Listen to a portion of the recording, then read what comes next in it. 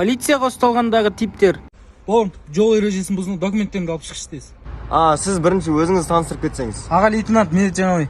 Аха, біріншіден маған машинаға түсуге болмайды, екіншіден маған видео доказательство көрсетсеңіз, сосын беремін.